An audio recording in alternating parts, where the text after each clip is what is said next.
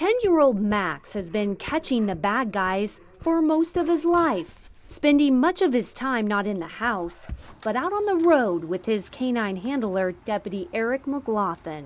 Max is probably the best dog you could have as a new handler with no experience, because he really knew what he was doing when I got him. A Belgian Malinois trained in Europe, Max came to the Clackamas County Sheriff's Office to join the canine unit at 3.5 years old.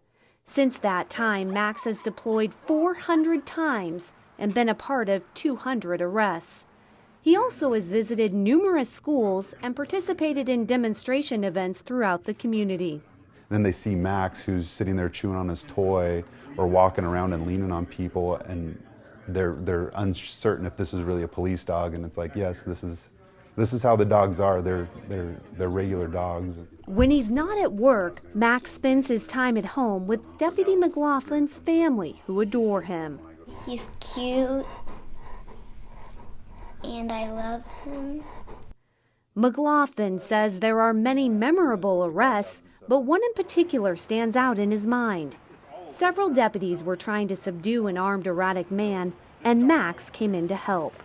He ended up going in and underneath me and another deputy, grabbing the back of the guy's arm and biting hard enough to where the guy pulled his arm out, and we were able to get his arm out. And that's when we discovered that the guy was going for a knife.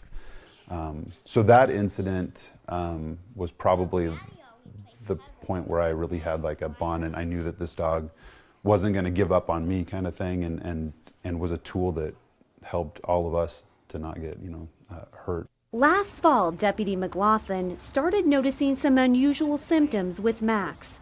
His balance was off, and he was tripping.